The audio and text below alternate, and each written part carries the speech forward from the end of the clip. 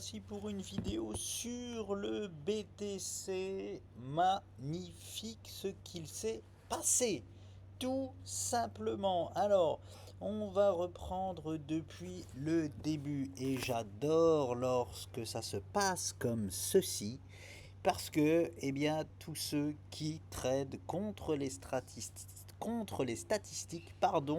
l'ont dans le baba. Voilà, tout simplement. C'est pour ça que j'adore ce genre de vidéo. Alors, regardez, je suis ici donc. Alors attention, je suis sur les futurs, hein, toujours sur les futurs. Pourquoi? On est le week-end. J'irai aussi sur le BTC classique, mais c'est pour ne pas se faire avoir par des figures qui se forment, ce que j'appelle à cause du week-end. N'oubliez pas que le week-end, la crypto s'endort, enfin le Bitcoin s'endort. Ou alors il en profite pour nous faire des gaps, hein. Attention, il en profite aussi pour nous faire des petits gaps, mais en règle générale ça s'endort, c'est-à-dire que vous ne verrez jamais un BTC à 50 000 dollars le vendredi et à 100 000 dollars le lundi. Vous voyez ce que je veux dire? Ce n'est pas possible. Il en profite juste pour faire des gaps, donc des petits gaps, hein, haussiers, baissiers, des choses comme ça, très très très ultra pertinentes, mais en règle générale, ça s'endort. Voilà. Donc bon, bref. Beau move avant l'endormissement. Regardez en hebdomadaire, nous avons eu la récupération de cette zone exceptionnelle, hein. C'est ce que je voulais absolument récupérer cette zone et regardez la clôture hebdomadaire, on a bien récupéré cette zone, on est bien maintenant au-dessus et on a un super sol, celui-ci, sous les pieds. Magnifique. Qu'est-ce que c'est que ce sol? C'est justement un double gap, hein. On a eu un premier gap, ce que j'appelais un gap de rupture qui n'a pas tenu, qu'on est même venu transpercer et faire dire à beaucoup de gens que le bear market était lancé et que nous sommes sur un Dead Cat Bounce. Je le répète, j'avais fait une vidéo en disant s'il y a des choses que je ne peux pas entendre, je ne peux pas entendre, les amis, que ici nous étions sur un Dead, ou ici plutôt nous étions sur un Dead Cat Bounce. J'ai même envie de dire que cela n'existe pas et ne pouvait pas exister. Hein, c'est juste une très mauvaise traduction ou interprétation de cette figure-là. Hein, c'est juste pas possible. Qu'est-ce qu'un Dead Cat Bounce? Alors voilà, qu'est-ce qu'un Dead Cat Bounce? Eh bien, on va prendre la figure que nous avons ici en jaune. C'est par exemple une cassure baissière et on rebondit, c'est un faux rebond, hein. On rebondit, on donne de l'espoir, on croit que c'est bon, finalement on a fait un bottom, on rebondit et on va chercher les plus bas. Voilà ce que c'est un Dead Cat Bounce. Donc les gens qui me parlaient jusque-là d'un Dead Cat Bounce, qu'est-ce que ça voulait dire? Ça voulait dire qu'ils se sont tout simplement trompés de figure, hein. Après ça arrive, hein. Mais ce qui m'énerve toujours, c'est qu'on ne vient pas le dire derrière. Au lieu de dire je me suis trompé de figure, nous n'étions pas sur la bonne figure, donc nous ne pouvions pas avoir de scénario de Dead Cat Bounce. On dit qu'en fait, il n'y a pas eu de Dead Cat Bounce, on est parti sur autre chose. Voilà. Les gens qui parlaient de Dead Cat Bounce ont cru, enfin, je sais même pas, je vais essayer de voir ce qu'ils ont vu. Ah, je vous le dis, je vais essayer de voir ce qu'ils ont vu. Depuis le départ, je vous parle de ce double top. Il y avait un possible, regardez, je vous le mets là, un possible ici double top. Il fallait qu'on perde cette zone-là. Là, donc il fallait qu'on casse à la baisse et là qu'on rebondisse, voilà. Et là, on aurait pu parler de Dead Cat Bounce pour aller chercher ces niveaux-là. Ok. Mais est-ce que c'est ce que le BTC nous a fait lorsqu'on regarde ce graphique-là? Non, même pas. Enfin, ici, je me rappelle, tout le monde s'est fait avoir sur un scénario baissier parce qu'on pensait avoir une cassure justement de ce double top. Oh, on ne peut pas considérer qu'ici on avait une cassure du double top tout de même. Hein? Voilà, c'était beaucoup trop timide, même si au pixel près, on peut se dire, ah bah si, ça a clôturé à peine en dessous. Non, non, non, on peut pas valider. Donc voilà. Donc derrière ça, je vous avais dit que c'est fini le double top, on est d'accord. Ici, on n'avait plus de double top grâce à ce rebond ici. Je vous avais dit, attention, par contre, les boules, maintenant, on n'est pas encore boule de chez boule, hein, on avait un super doji en plus ici. Donc on devait privilégier une chute derrière. Ici, vous voyez bien qu'il n'y a plus de double top possible. On met ça à la poubelle. Sur quoi peut-on être? Alors, on peut se dire, pour les bears, hein, vous pouvez vous dire encore, on est sur un triple top. Ok, si vous voulez. On peut être potentiellement sur un triple top. Voilà. Il commence déjà à sentir l'oignon, le triple top, parce que grâce à ce move-là, on commence à rebondir trop haut. On commence. Allez, on peut se dire qu'il est toujours valide ce triple top. Mais la zone, même cette zone-là, elle est toujours là. On l'a jamais perdue. Donc c'est pour ça que je vous dis, j'arrive, je pense que beaucoup de monde se sont trompés de graphique, hein. Il faudrait que je fasse tous les graphiques du Bitcoin. Bon, bref, on va mettre ça de côté. En tout cas, on n'est pas du tout sur un Dead Cat Bounce, on est toujours haussier jusqu'à preuve du contraire, et ce move-là est parfait pour nous donner raison. Mais on n'a pas besoin de nous donner raison, hein. Le graphe ne nous a jamais montré une cassure baissière, je le répète, avec un rebond derrière. Voilà ce qu'un Dead Cat Bounce c'est. Je vais du coup enlever tout ça et nous allons revenir à nos moutons. On va rentrer dans la structure 4h30. C'est ce que nous faisons ces derniers temps. Je vais tout doucement en daily. Je descends time frame par time frame, unité de temps par unité de temps. Pardon. Je vais arrêter de faire le quinri. Donc, en daily, on voit bien, on a été parfait. En plus, regardez, on va aller le voir en 4h30. On a parfaitement été chercher l'objectif, le premier objectif de la fractale au pixel près. Et on s'est arrêté là, on va s'endormir ce week-end tranquillement, hein. Ou alors hein, proposer un petit gap haussier ou baissier, mais en tout cas, il a été chercher le premier objectif de la fractale. C'est juste magnifique. Pour rappel, c'était cette structure ici-là que on va aller voir en H4. C'est parti. Allez. Donc, qu'avions-nous? Nous avions ce canal baissier avec cette structure ici. Ce n'est pas pour rien que j'avais posé ça. On avait été analyser cette petite. Je vais la reposer. Elle est où? Elle est sûrement là. Non, là alors. Attendez. Ici. On avait cette petite structure qui nous proposait une magnifique fractale. Hop là, voilà. D'épaule, tête, épaule inversée, quelle était la fractale? Les objectifs étaient posés. C'était ici les 63 900, exactement le poids sur lequel nous sommes. Et donc forcément, ça nous déclenchait, je le rappelle, maintenant je vais le mettre en gras, aussi celle-ci. Voilà. Maintenant, ça, je l'enlève. Objectif parfaitement atteint. En plus, nous sommes sur une résistance, hein, donc objectif vraiment parfaitement atteint sur une résistance. Et maintenant, nous avons cette validation d'objectif ici. Voilà. Voilà, le BTC devrait se diriger vers quoi, hein? C'est-à-dire que statistiquement parlant, je le répète, on devrait aller chercher ces niveaux-là. Et donc, le Saint Graal, c'est-à-dire de retrouver hein, le haut de cette zone jaune, de cette zone principale qui, je le répète, lancera mon bull run ou alors la deuxième partie du bull run, ou peu importe comment les gens l'appellent, mais moi c'est ce que j'appelle mon bull run, c'est ce que je vous parlais déjà depuis septembre 2023, hein, c'est-à-dire un mode réveil qui a été bien plus haut que ce que je pensais. J'ai aucune honte à le dire et tant mieux pour tout le monde, mais forcément, comme je le disais par exemple par rapport au Link et que les gens étaient contents qu'il y ait des choses qui aillent plus haut que prévu, c'est que la chute derrière fait aussi plus mal que prévu, hein. Et c'est exactement ce qui s'est passé. On a été plus haut que prévu, on a toujours un peu le vertige, et ben on corrige, du coup ça fait plus mal la correction. Et j'avais pris l'exemple de Link il y a très longtemps en disant oh là là, il va nous chercher des zones hautes, et donc bah, la correction va faire plus mal que prévu, c'est logique, c'est totalement standard.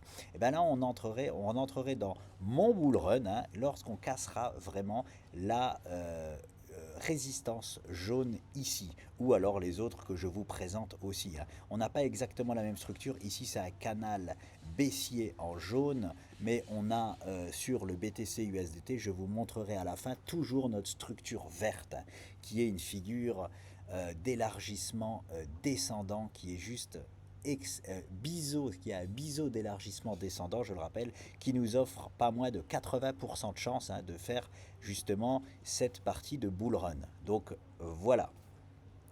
Donc là, on part sur quel move ici. Donc nous avons validé.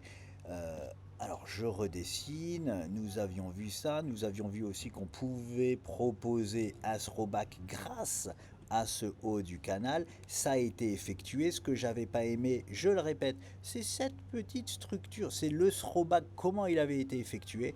Il avait été effectué d'une manière dégueulasse qui prononçait statistiquement plutôt un retour vers au moins vers la zone, voilà, ici là, des 58 140 dollars, et finalement il a pris le spot des 20% et il a validé la structure plus grande. Ce n'est pas anodin, c'est totalement standard, il faut toujours privilégier les grandes structures, hein, on le rappelle.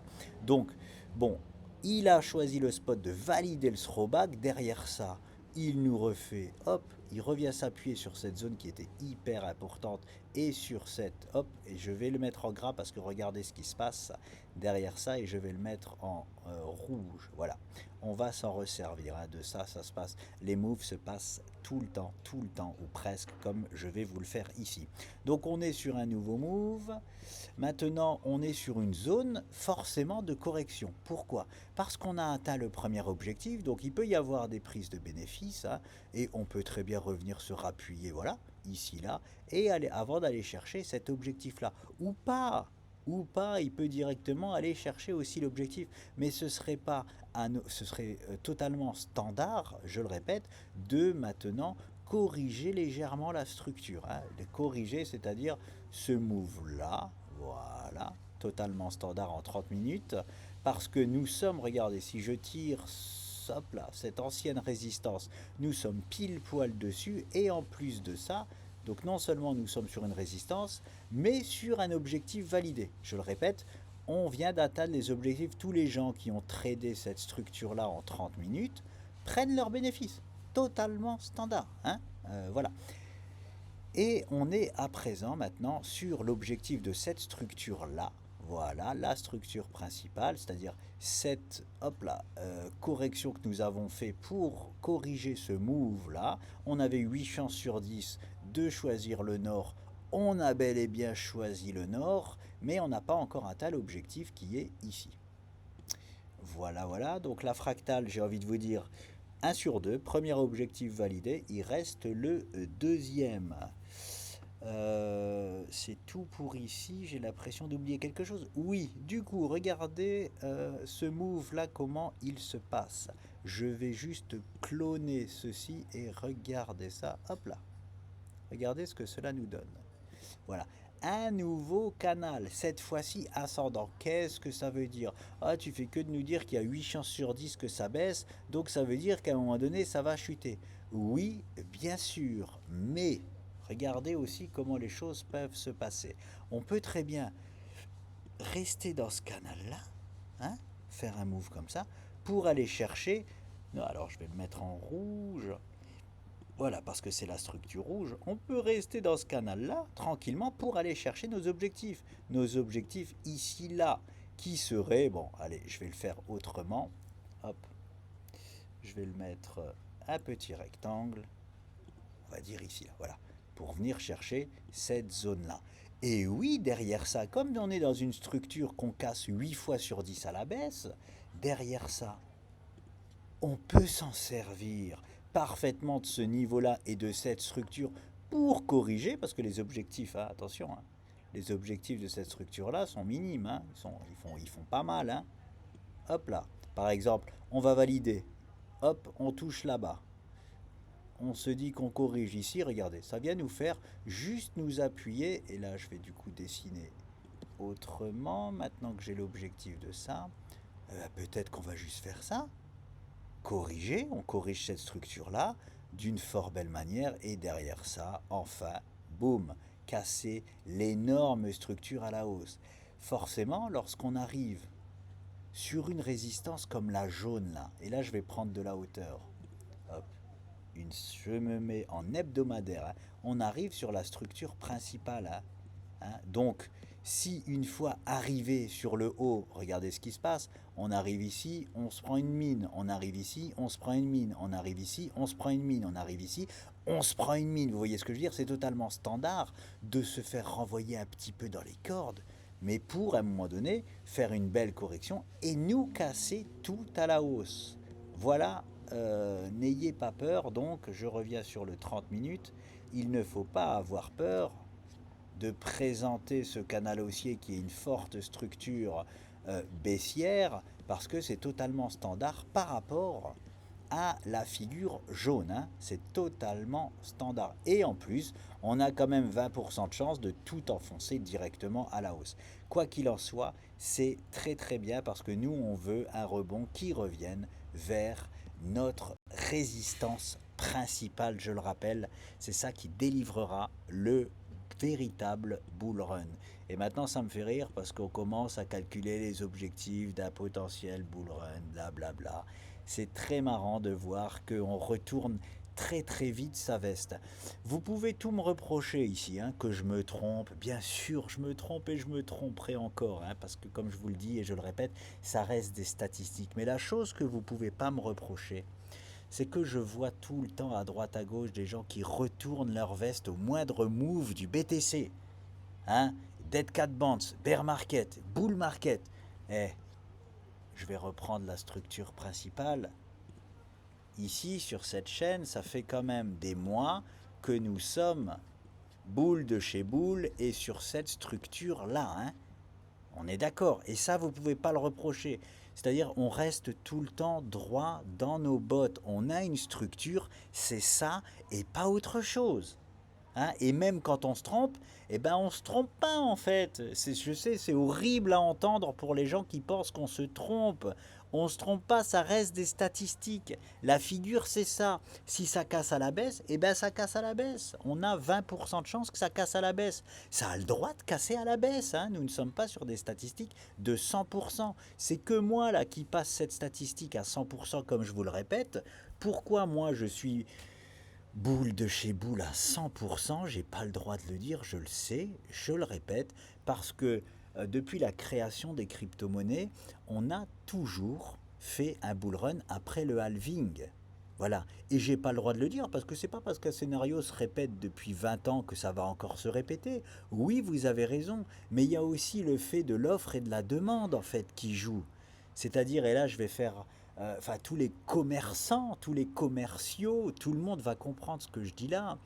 Quand vous avez un produit que de plus en plus de monde veut et que tous les 4 ans on réduit l'offre, mais forcément le prix est obligé d'exploser à la hausse.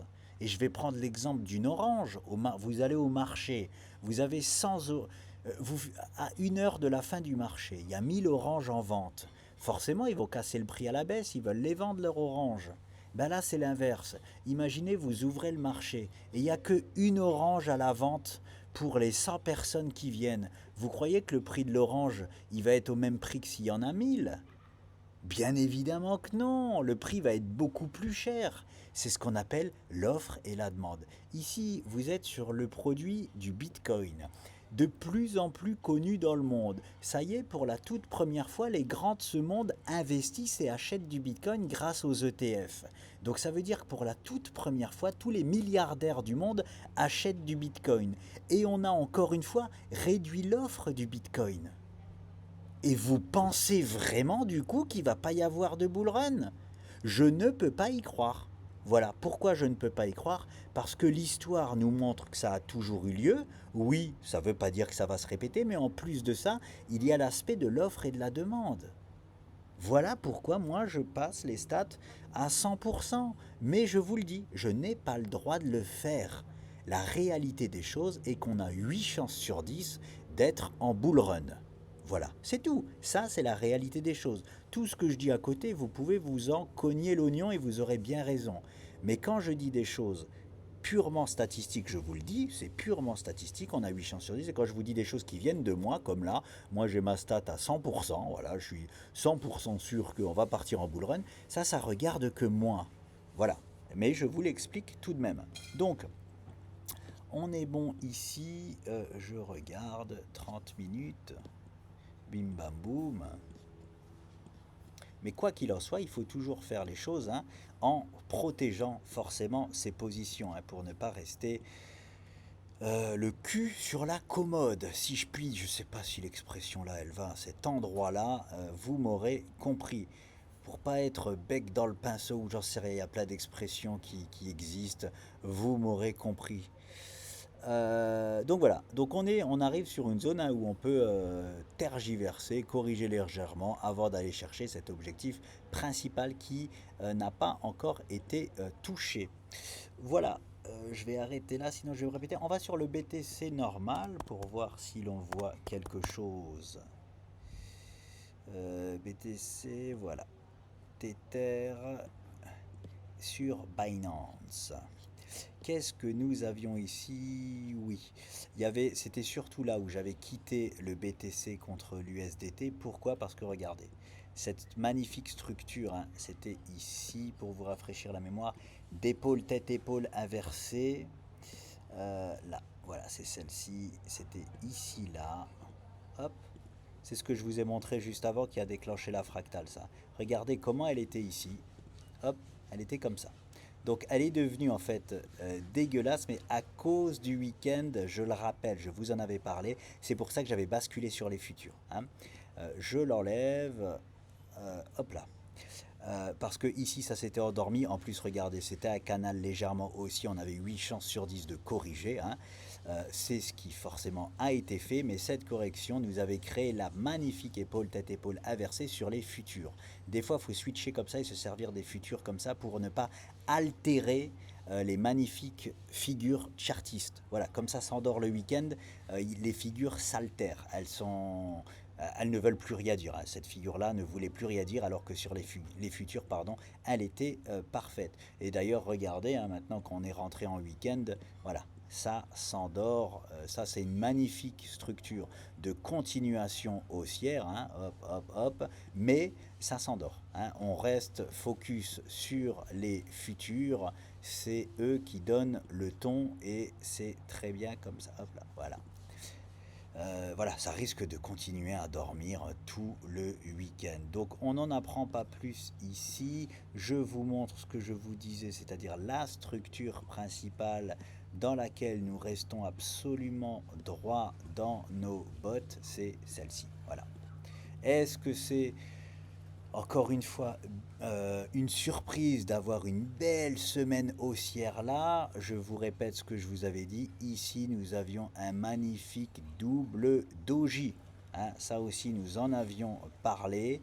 Pas n'importe où, un magnifique double doji sur ce support. Donc, magnifique. Donc, forcément, on privilégie un rebond haussier comme ici là. Hop là, comme sur cette séance rouge ici là, on privilégiait une séance rouge. Pourquoi? Parce que ici, je vous avais parlé du doji dragon en 30 minutes ou en 4 heures, je sais plus, voilà, bref, qui s'était transformé en magnifique doji hebdo sur une résistance. Donc on privilégie une... J'arrive, je fais une petite pause. Revenons-en à nos moutons, pour ceux qui me connaissent, je suis papa au foyer pour le rappeler et mon petit garçon s'est réveillé. Donc on y va. Qu'est-ce que je disais? Oui, je disais que lorsque nous étions ici, grâce au doji, on pouvait prévoir la chute, et lorsque ici, double doji, on peut prévoir le rebond. Aucune surprise, keine surprise, j'ai envie de vous dire. Quelque chose a changé. Les amis, j'ai oublié de vous en parler. Mais pour le plus grand bonheur de cette structure-là, toujours en vert, rien n'a changé, mais on a des objectifs un peu plus élevés grâce justement à ce move. J'ai complètement oublié de vous en parler. Donc, les statistiques sont posées, elles restent les mêmes. Regardez, je vais juste changer le hop. l'objectif haussier qui était ici, boum, ce n'est plus celui-ci maintenant pour notre plus grand bonheur. C'est ça à présent. Hop, dit reporter, attention, au poids de cassure. Nous ne l'avons pas encore, donc je vais le mettre ici, là. On va dire que c'est la semaine du 9 septembre que nous avons la cassure haussière. De toute façon, ça ne changera pas grand-chose, parce que c'est soit là, voilà, soit là, soit là. Ça changera quelque chose vraiment si on vient à casser, et encore pas grand-chose, là-bas en décembre 2024, mais on va arriver, on est sur une fin de structure. Donc je vais laisser ça sur 9 septembre. Pourquoi pour moi nous sommes sur une fin de structure? Parce que un virage, deux virages, trois virages, quatre virages, cinq virages parfaits. On a un sixième ici malheureusement qui n'est pas parfait, mais on va dire qu'on le compte. Sixième virage, septième virage, huitième virage. On a déjà dépassé le nombre de virages standards. 8 virages si on compte celui-ci. Donc maintenant, on va dire que nous ne le comptons pas parce qu'il n'est pas parfait. Un virage, deux virages, trois virages, quatre virages, cinq virages. Celui-là, là-bas, je ne le compte pas, donc je reste ici. Et sixième virage. Quoi qu'il en soit, on est entre 6 et 8 virages, donc je considère que nous sommes sur une fin de structure. Souvent, les structures font 5 virages. C'est très souvent après le cinquième virage, par exemple, que nous avons ce qu'on appelle une semi-rotation de cassure de figure. Voilà. Là, on a déjà fait 6 virages, maintenant 8, donc la fin de structure se précise. Voilà. Voilà les amis. Donc l'objectif haussier avec exactement les mêmes statistiques. C'est pour ça que je ne touche pas aux statistiques. Je vais le mettre en vert, voilà, et en gras. Il était un peu plus gras, voilà. Hop. Nous sommes à présent au ici là. Attention, je ne suis pas sur les futurs, je suis sur le BTC normal sur Binance au 92 650 $. Je vais reprendre ça et le mettre juste ici parce que les stats ne changent absolument pas. Hop. Et donc pour tous les gens qui ne font pas comme moi et qui s'en donnent un cœur joie de dire qu'ils ne font pas comme moi, eh ben sachez que vous serez du coup dans les 19% restants et libre à chacun de choisir, de faire vraiment ce que nous voulons. Ça c'est les atteintes de l'objectif là, n'oubliez pas tout le reste. Hop, je vais le décaler parce que la structure est un peu plus longue. Hop. Rien ne bouge, on a 79% de casser ça à la hausse. Et pour rappel, parce que maintenant ça fait une plombe que nous sommes dans cette structure-là, ce 60-40 là, qu'est-ce que c'est? C'est le pullback. Je vais le décider. Throwback, pardon, je confonds toujours pullback et throwback. C'est hop, hop, hop. Voilà. Que je mets encore une fois en vert. C'est-à-dire le mouvement peut se faire dans 60... Ah, j'ai un trou.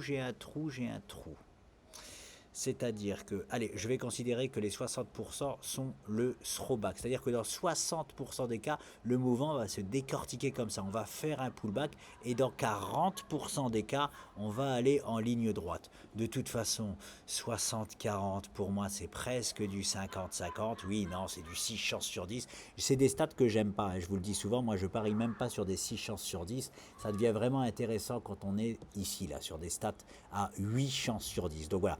60-40, c'est on a un move qui peut se faire, boum, on pète directement en ligne droite comme ça. Je parle ici en hebdomadaire, bien évidemment qu'on aura des petites corrections comme ça, même si on va en ligne droite, voilà. Pas en hebdomadaire, en daily, mais c'est une ligne droite hebdomadaire, 6 fois sur 10 ou 4 fois sur 10. Écoutez, il faut que j'aille voir. J'y vais de suite. Écoutez, j'y vais de suite. J'ai bien fait d'y aller, étant donné que 6 fois sur 10, hop, le mouvement se fera tout droit, en ligne droite, sans pullback, je l'enlève, et 4 fois sur 10, on va assister à un pullback sur un retour de, hop là, cette résistance ici. Voilà ce qu'étaient les 60-40, c'est juste le décortiquage de ce move pour aller chercher l'objectif principal en ligne droite ou en pullback. Pourquoi les pullbacks, les throwbacks, pardon, sont intéressants? Parce que c'est toujours la même chose pour les gens qui veulent vraiment mettre toutes les chances de leur côté. 80% de chance, ça ne me suffit pas, j'attends qu'on casse vraiment la structure à la hausse. Eh bien, au lieu d'anticiper hein, la prise de position du BTC et d'acheter au pire moment, quels sont les pires moments? Les pires moments, vous l'aurez bien compris, c'était ici et ici, on en avait surtout parlé ici. Hein. On attend que ça casse à la hausse, oui. On fuit, je le répète, les prix là comme la peste lorsque nous étions ici. Par contre, hop, je vais le répéter de la même façon que d'habitude. Ici, là, on les achète avec la bave aux lèvres, alors que le prix sera exactement le même. C'est pour ça que je vous dis toujours, nous n'achetons pas nous achetons un contexte de marché. Le prix, regardez ici, je suis à 69 216, ici ce sera pareil, 69 216.